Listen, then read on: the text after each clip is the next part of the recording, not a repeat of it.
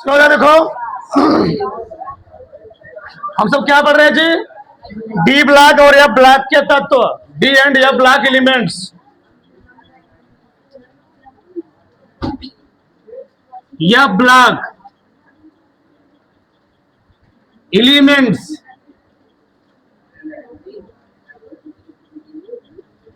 सबका ध्यान रखना चाहिए। आप उसे हम लोग पढ़ रहे थे डी ब्लॉक तत्वों की विशेषताएं। क्या जी?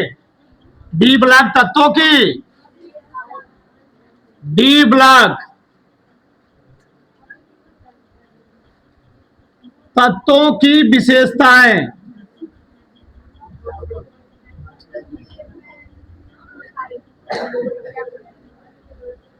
विशेषताएं चाहे कहें गुण, चाहे कहें क्या लक्षण।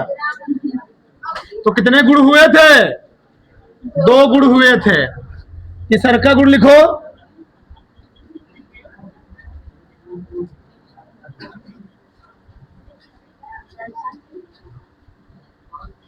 चुंबकत्व का गुण।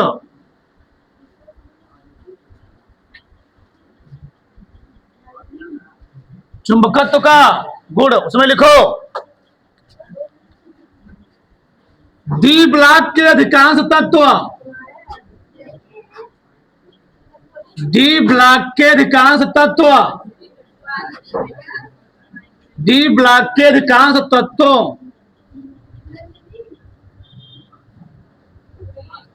के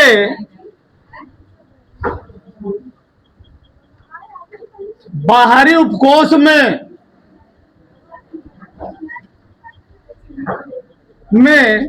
आयुग्मित इलेक्ट्रॉन पाए जाने के कारण,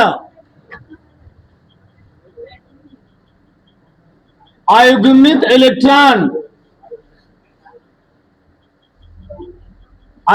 इलेक्ट्रॉन पाए जाने के कारण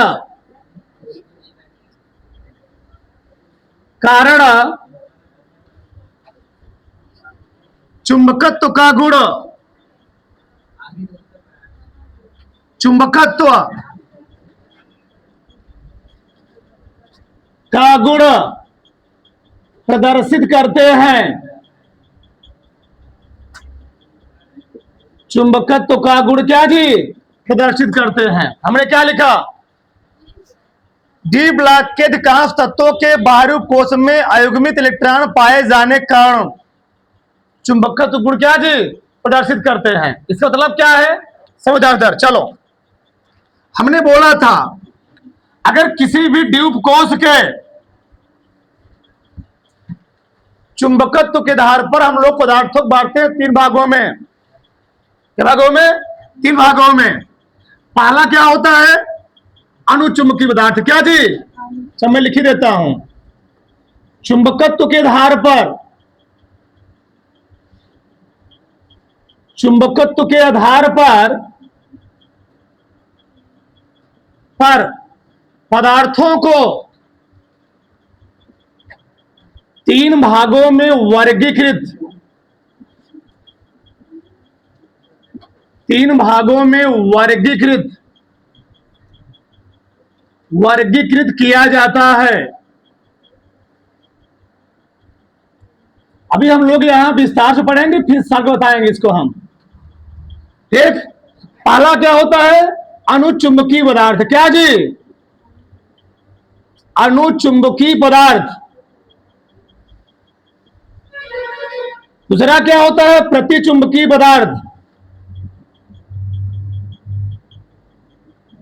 प्रतिचुंबकीय पदार्थ। और तीसरा क्या होता है? लौह चुंबकीय पदार्थ। लौह चुंबकीय पदार्थ। और तुम्हें डरने की जरूरत नहीं है। अनुचुंबकीय पदार्थ क्या होते हैं?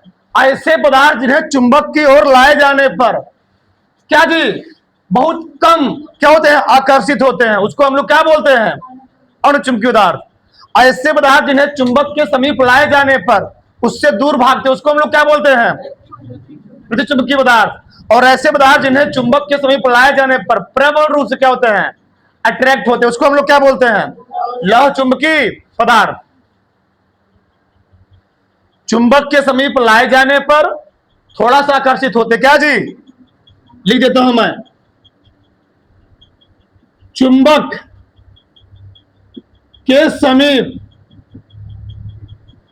लाए जाने पर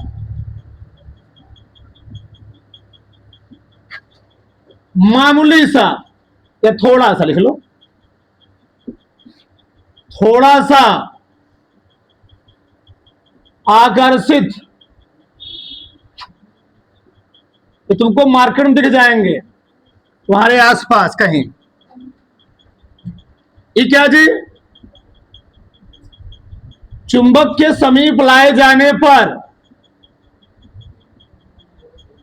समीप लाए जाने पर उससे क्या होते हैं जी?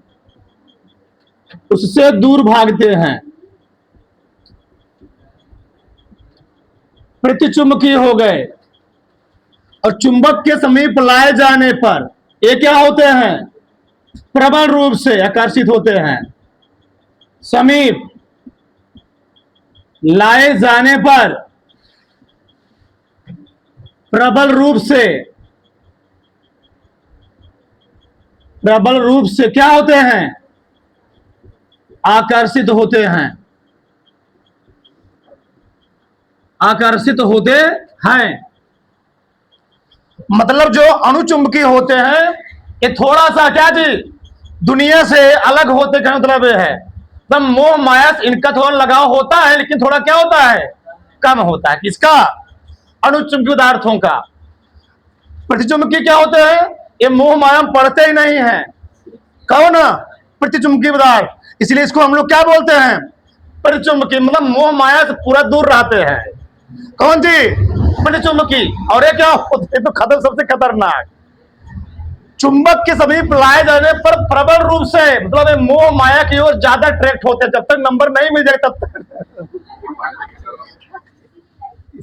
इधर देखो, ठीक, ये होते हैं लौह चुंबकीय पदार्थ। और पहचानने का सबसे मेन तरीका है, तो छोड़ो, अगर किसी तत्व के बाहरी उपकोष यानी ड्यूब, किसमें जी?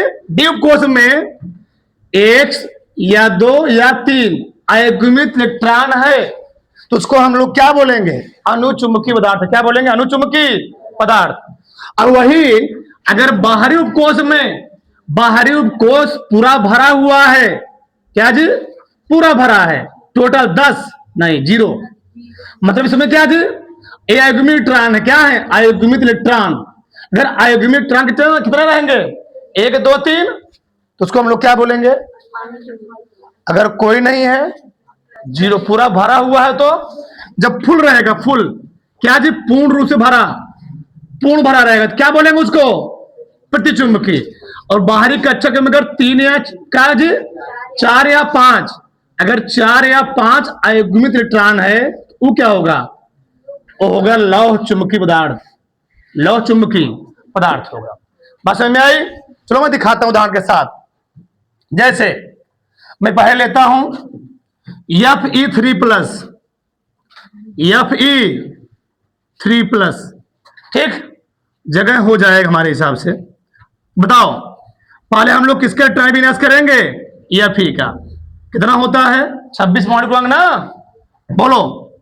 1s 2s 2p 3s 3p 6 4s फिर 3d6। सही है? ये हो गया। हम डबल बार नहीं लिखेंगे, 3d6 को मैं लिख देना, 4s2 को पीछे लिख देना, कोई दिक्कत? तो 3d6 और 4s2। हमको 26 का इलेक्ट्रॉनिक विन्यास नहीं करना है, इस पर +3 है, मतलब इसके बाहरी कक्षा कितने इलेक्ट्रॉन निकल गए? 3 इलेक्ट्रॉन निकल गए। हमको Fe3+ इलेक्ट्रॉनिक विन्यास करना है। 3 से सिखा रहा हूं बच्चा। बताओ 3 इलेक्ट्रॉन कहां निकलेंगे? पहले निकलेंगे बाहरी कक्षक से, 2 यहां से निकल जाएंगे और एक कहां निकलेगा? ड्यूब कोष से। 2 यहां से निकले और एक यहां निकले, अभी कितने बचेंगे जी? 5 बचेंगे।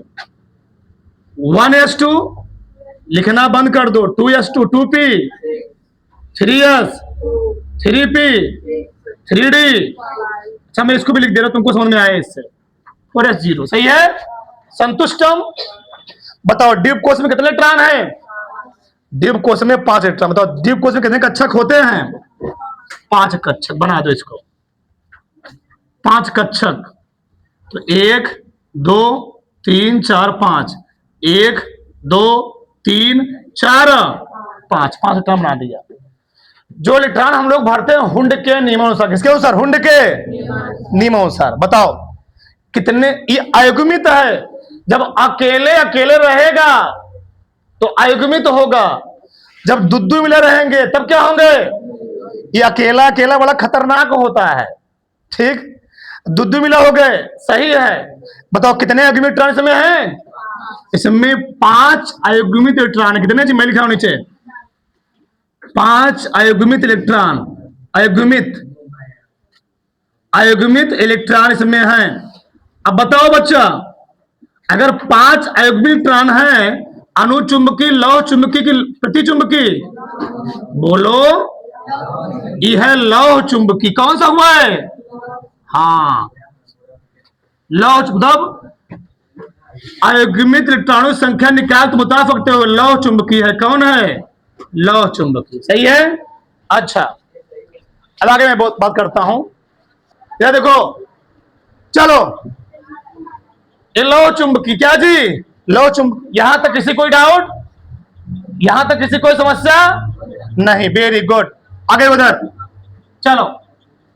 Zinc 2+, zinc 2+। बताओ जिंक का परमाणु क्रमांक कितना होता है? 30 होता है। इतना तीसरा दिन सिखा रहा हूं मैं। जिंक का परमाणु क्रमांक 30, तो इलेक्ट्रॉनिक विन्यास बोलो क्या होगा? 1s2 2s2 2p6 3s2 3p6, फिर 4s2 ना 3d10 लिखोगे। एक काम करता हूं, 3d10 पहले लिख देता हूं, फिर 4s2। अगर किसी भी परमाणु पर पॉजिटिव चार्ज आ गया, जितना पॉजिटिव चार्ज आया मतलब उसके बाहरी कक्षा उसने क्या जी? भैया सोडियम पर +1 है, मतलब सोडियम के बाहरी कक्षा कितने इलेक्ट्रॉन निकल गए? 1 इलेक्ट्रॉन। ठीक, अगर जिंक पर 2 इलेक्ट्रॉन आ गए, 2 धनायन आ गया, मतलब इसके बाहरी कक्षा कितने इलेक्ट्रॉन निकल जाएंगे? बताओ, जब 2 इलेक्ट्रॉन निकल जाएंगे, पहले बेचारे में 33, अब कितना बचेगा? 28। और 2 इलेक्ट्रॉन निकलेगा कहां से? सबसे पहले सबसे बड़ी क्वांटम संख्या कौन सी है? 4 से, यहां निकलेगा सबसे बड़ी कक्षक से। तो यह सबसे बड़ी कक्षक यही है। पहले इसमें निकलेगा, फिर इसमें निकलेगा, फिर इसमें से निकलेगा। तुम्हें पहुंचबे नहीं करेगा वहां तक। चलो लिखो Zn2+। जहां दिक्कत तुम बोल देना। 1s2 2s2 2p6 3s2 3p 3d10। बताओ डी में कई इलेक्ट्रॉन? 10 इलेक्ट्रॉन। डी में कितने कक्षक? डी में 5 कक्षक। बनाओ 1 2 3 4 5। पहले हुंड के नियमानुसार एक इलेक्ट्रॉन भर दोगे, क्लॉकवाइज को हम लोग बोलते हैं, एंटी क्लॉकवाइज है। बताओ इसमें अयुग्मित है, पूरा भरा हुआ है? 0 अयुग्मित यानी पूर्ण भरा है, यानी मोह माया से कोसों दूर है।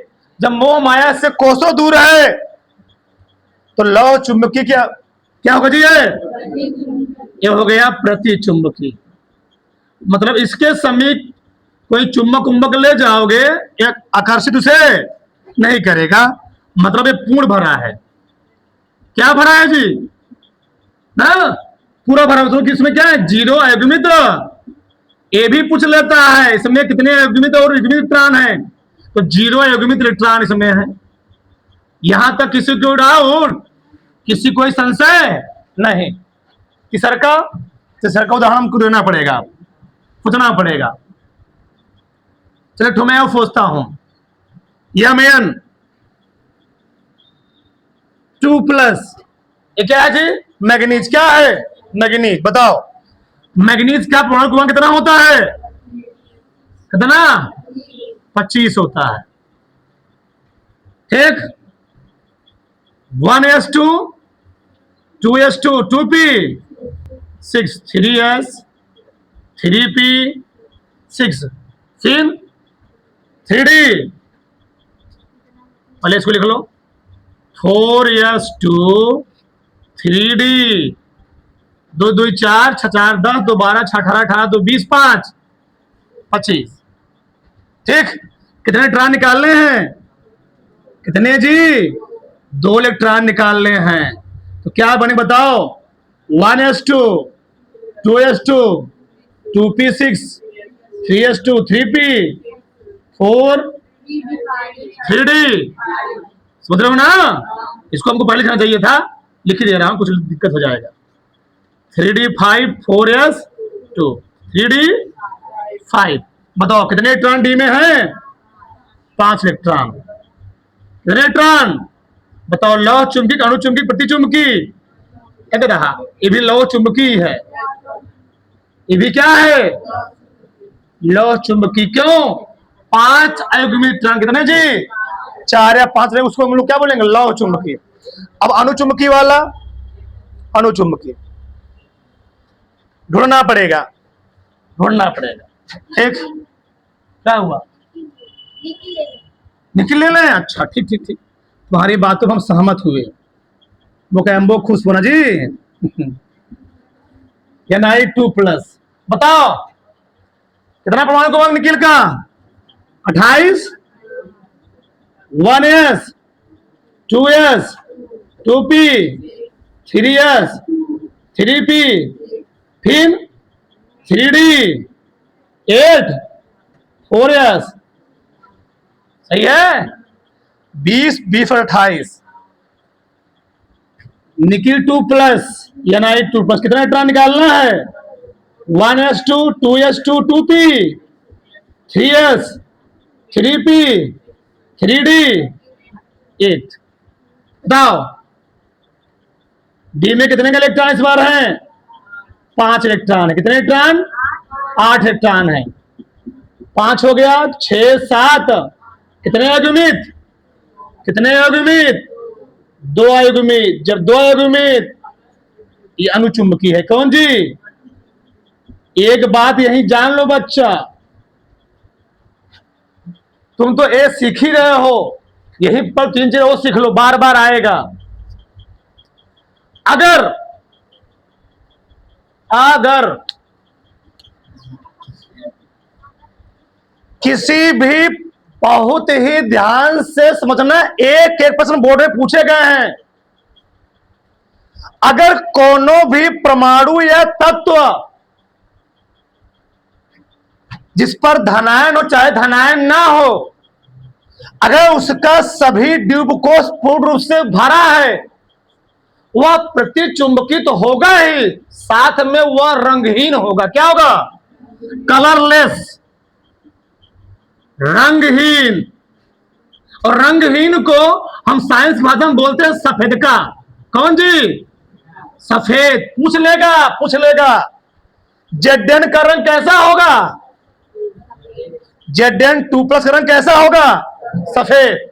और ध्यान रखना, अगर मान लो पूरा कक्षक नहीं भरा हुआ है, कुछ कक्षक खाली, जगह खाली है, ये वाला खाली है, ये सब क्या होंगे? रंगीन होंगे, कलरफुल होंगे। क्या जी? अब कौन सा रंग होगा इसको लिखवाएंगे हम आगे। बस 2 चीजें जानो, अगर पूरा भरा हुआ है रंगहीन कलरलेस, और कलरलेस हम लोग क्या बोलते हैं? सफेद का। अगर कुछ खाली है रंगहीन कलरफुल, और कलरफुल में नीला भी हो सकता है, हरा, सब होंगे, आगे लिखवाएंगे हम। एक चीज तो हुआ। दूसरा 2 चीज सीखे। पहला सीखे लौह चुंबकी, अणु चुंबकी, प्रतिचुंबकी। दूसरा सीखे रंगीन और रंगीन सीखे। तीसरा क्या सीखोगे? अगर कोई भी परमाणु अपने बाहरी कक्षक से इलेक्ट्रॉन को त्याग करके, अच्छे बताओ इसमें से कौन कौन स्टेबल है? इसमें से कौन कौन स्थायी है? स्थायी कौन कौन जी? हमने क्या बोला था? स्थायी कब होगा? जब द्वीपकोश में या तो 0 इलेक्ट्रॉन हो, या तो 5 इलेक्ट्रॉन। कितने जी? 10 इलेक्ट्रॉन। अगर द्वीपकोश में 0 हो, 5 हो, 10 इलेक्ट्रॉन हो, वह तत्व या परमाणु या आयन क्या होता है? स्टेबल होता है। यानी Fe3+ स्थायी है। ए भी स्थाई है और ए भी क्या है, लेकिन ए स्थाई, यानी तीन। एक बात सब प्रश्न पूछे गए हैं, Fe3+ पूछेगा इसे घुमा करके, Fe3+ Na2+ की अपेक्षा अधिक स्थायी होता है, क्यों? तो लिखोगे एक लाइन में, क्योंकि Fe3+ का ड्यूब कोष अर्धपूर्ण भरा हुआ है, परंतु Na2+ का ड्यूब कोष क्या जी, पूर्ण नहीं भरा हुआ है, इसलिए Fe3+ Na2+ से क्या होता है, अधिक स्थायी होता है। ऐसे पूछ लेगा Zn2+ Na2+ से अधिक स्थायी है, क्यों? क्योंकि Zn2+ का ड्यूब कोष पूर्ण भरा हुआ है और निकिल का ड्यूब कोष भरा, इसलिए Zn2+ निकिल Na2+ से क्या है, ज्यादा स्टेबल है। एक बात जान लो, अगर ड्यूब कोष में 0 है, लिखवाया हूं मैं, 0 है, 5 है, 10 है, तो वह ज्यादा स्थायी होता है। क्या होता जी, ज्यादा स्थायी होता है अन्य की अपेक्षा, जिसमें 1 2 3 4 तक होते हैं, इसमें 1 2 3 4 तक होते हैं, इसमें 1 2 3 4 तक होंगे, वो अस्थायी होंगे, और इसमें 0 5 10 तक होगा, वो क्या होंगे, अस्थायी होंगे। अच्छा, भी मैं एक चीज और बात करूंगा यहीं पर, आक्सीकारक अपचायक, आक्सीकारक और अपचायक। आक्सीकारक अपचायक क्या होता है, अगर, अच्छा पहले इतना लिखो, पूरा डाउट हो जाएगा, पहले इतना उतारो, पहले आगे हम बात करें। हाँ पहले उतार लो, इसको बताते हैं भाई, लिखो आगे, अगर लिखो, अगर लिखो पॉइंट नंबर 4 में 5, अपचायक और आक्सीकारक है, डालो अपचायक और आक्सीकारक।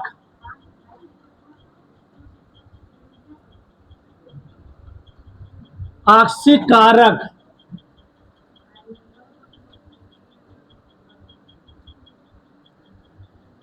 लिखो, पहले डालो अपचायक,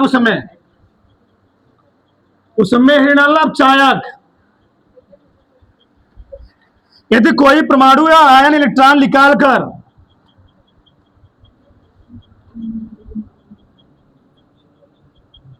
यदि कोई परमाणु या आयन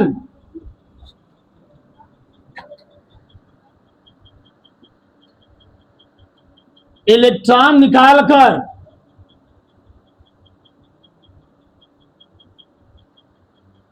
स्थायी हो जाता है,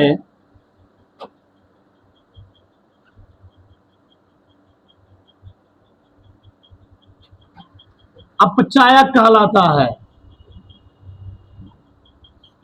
अपचायक,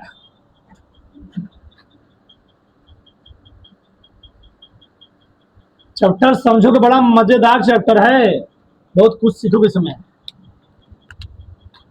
दूसरा आक्सीकारक,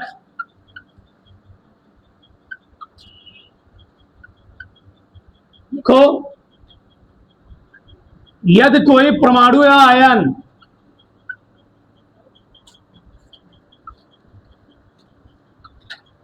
यदि कोई परमाणु या आयन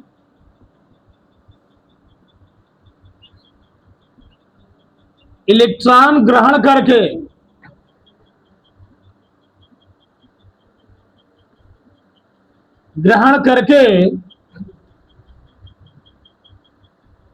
स्थायी हो जाता है,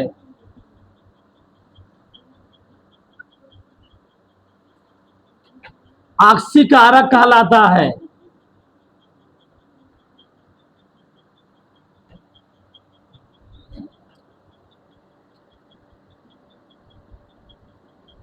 प्रूव करो, इसको दिखाओ उदाहरण साथ, जो कैसे, उदाहरण साथ देखो इधर, और समझ में आएगा बेहतरीन तरीके, ठीक, जो जो समझो ध्यान से, चलो लिखना बंद करो। अभी उदाहरण दिया तो वही उदाहरण मैं दे रहा हूं, चलो दूसरा ले ले रहा हूं। Fe3+ लिखा था, नहीं लिखा था, नहीं लिखा था ना, नहीं लिखा था, लिखा था, अभी लिखा था।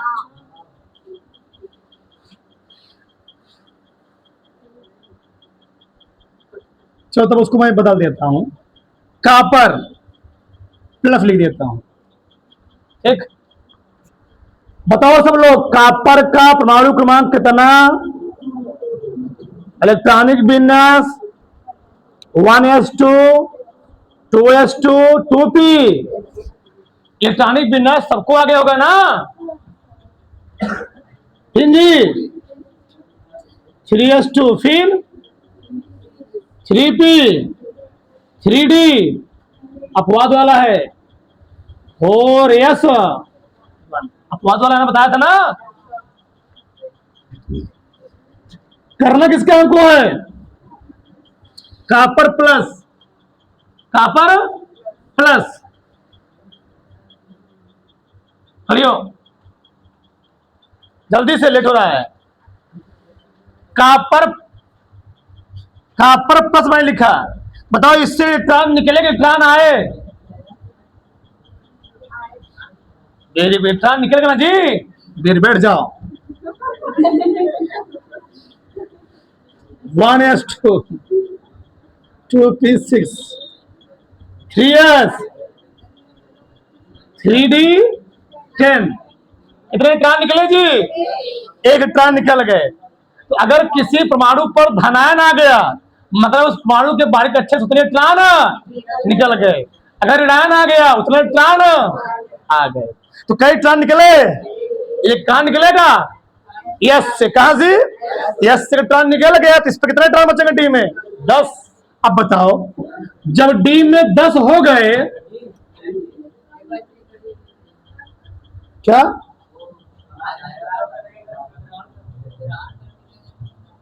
क्या हुआ?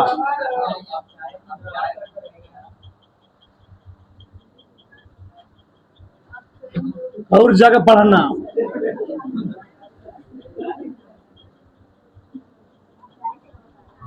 और पढ़ना,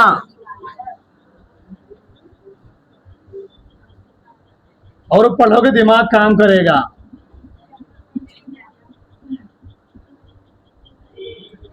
तुम्हारे डाउट को हम समझ गए बच्चा, तुम्हारी वेद भावनाओं को हम समझ गए, अंदर तक समझ गए। अपचायक कोई हम लोग कहते हैं, क्या जानते हो? ऑक्सीकरण। अब खुश हो गए? अपचायक कोई कहते हैं ऑक्सीकरण, और ऑक्सीकारक क्या बोलते हैं? अपचयन। तो ऑक्सीकारक में क्या जी? ऑक्सीकरण में इलेक्ट्रॉन निकलता है, और अपचयन में क्या होता है? इलेक्ट्रॉन क्या किया जाता है? ग्रहण किया जाता है। इसे हम लोग कह सकते हैं ऑक्सीकारक। ऑक्सीकरण क्या जी? ये ऑक्सीकरण चाहे बोलो अपचायक। ये क्या बोलो? ऑक्सीकारक चाहे बोलो क्या? अपचयन। ये देखो, बताओ, तो कॉपर प्लस है, इलेक्ट्रॉन निकला कि इलेक्ट्रॉन आया है? इलेक्ट्रॉन निकला है, इलेक्ट्रॉन निकलने के बाद कि बताओ स्थायी है कि अस्थायी है? स्थायी क्यों है? स्थायी क्यों है बोलो? स्थायी इसीलिए कि इसके कक्षक पूर्ण रूप से भरा है, पूर्ण भरा। अब पूर्ण कैसे भरा? इलेक्ट्रॉन निकाल करके, ले करके, इलेक्ट्रॉन निकाल करके। जो इलेक्ट्रॉन निकाल करके अस्थायी होगा, यानी कॉपर प्लसवा, हम लोग क्या बोलेंगे? ये क्या है? ये अपचायक है। बोलेगा कि कॉपर प्लस अपचायक है, ऑक्सीकारक? क्या बताओगे? कॉपर प्लस क्या जी? अपचायक है। क्या है? अपचायक है। क्या है? अपचायक। अब वही मान लो इलेक्ट्रॉन ग्रहण कर क्या किया होता? स्थायी बना होता, तो उसको हम लोग क्या बोलते? ऑक्सीकारक। क्लियर होता ना बात? अच्छा, इसको लिख लो, फिर आगे बताएं। अगला पॉइंट नंबर 5, उत्प्रेरकी गुण।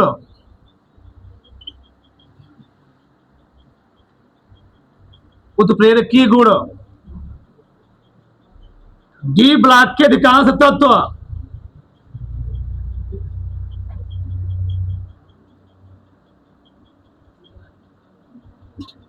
डी ब्लॉक के अधिकांश तत्व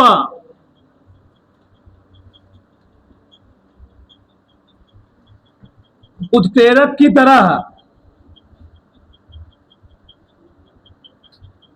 कार्य करते हैं।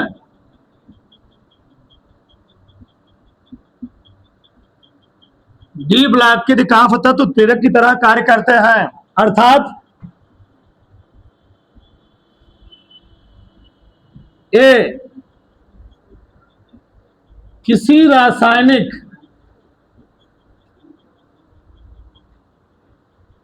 अभिक्रिया, अर्थात एक किसी रासायनिक क्रिया के वेग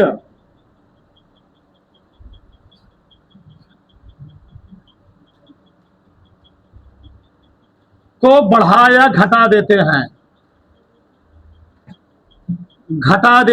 उत्प्रेरक किसे कहते हैं जी? बताया था ना, नहीं बताया अभी तुम लोग? इस चैप्टर पूरा बारंता हटा दिया था, क्या करो, चैप्टर पूरा बारंता हटा दिया गया सरकार द्वारा। उधर उत्प्रेरक क्या होता है तो तुमको समझाता हूं। देखो इधर उत्प्रेरक को हम लोग बांटते हैं दो भागों में। कई भागों में बांटते हैं? मैं बनाता हूं। एक होता है धनात्मक उत्प्रेरक। क्या जी? धनात्मक उत्प्रेरक।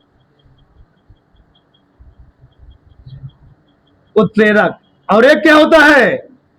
ऋणात्मक उत्प्रेरक।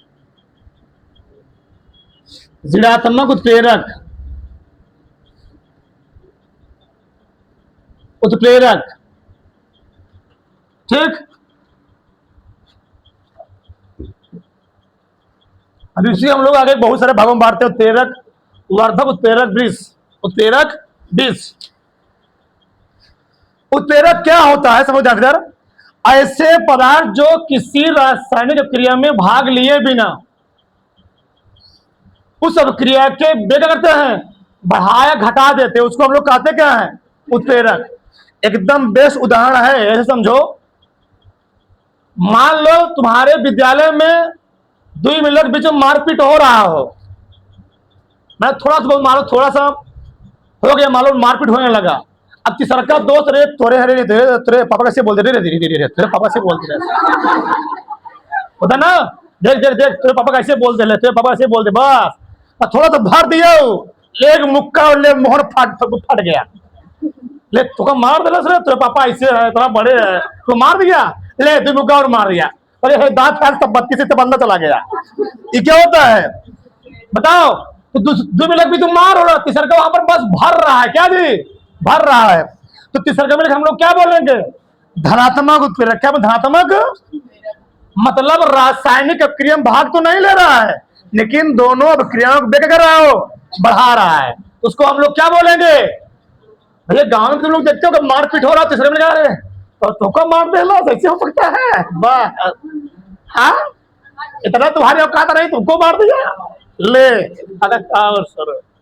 अगला क्या है? Negative catalyst. अब मान लो स्कूल में ही 2 बच्चों बीच मारपीट हो रहा हो, अब मान लो वहीं पर कोई दादाजी पहुंच गए। कौन जी? अब बताओ, दादाजी कहेंगे और मार करो? समझाएंगे, अरे बचवा काहे मार कर हुआ, पढ़ लिख लेता, कुछ माई बाप का नाम कह लेता। अब बताओ, जब दादाजी जाएंगे, बताओ उनका जो लड़ाई की क्षमता थी, जो गुण था, बढ़े घटेगा? दादाजी समझाएंगे, पढ़ लिख लेता, माई को नाम करता, काहे मारपीट का हुआ। ठीक, तो वहां पर क्या जी? दोनों पदार्थों क्रियाशीलता क्या हो जाएगी? घट जाएगी। तो उसको हम लोग क्या बोलेंगे? धनात्मक उत्प्रेरक। मतलब ई वाला बढ़ाता है, तीसरा का दोस्त होता है, क्या होता है? दादाजी होते हैं, एक घटा देते हैं। एक और एक होता है कुछ खतरनाक होता है, उत्प्रेरक वर्धक। ये क्या होता है? अभी उत्प्रेरक क्या कर रहा था? उत्प्रेरक दूरी में लगे वेग घटा बढ़ा रहा था। अब जब उत्प्रेरक कहीं वेग बढ़ने लगे तो उसको हम लोग क्या बोलते थे? उत्प्रेरक वर्धक। क्या बोलते हैं उसको हम लोग? अभी क्या कर रहा था? उत्प्रेरक किसी पदार्थ की क्रियाशीलता को बढ़ा घटा रहा था, उसको हम लोग क्या बोलेंगे? उत्प्रेरक वर्धक।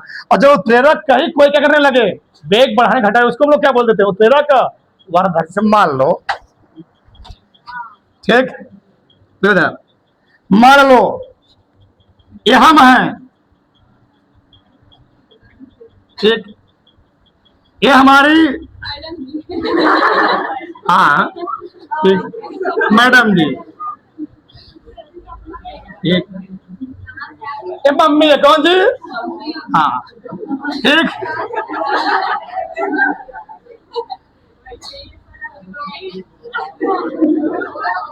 ठीक,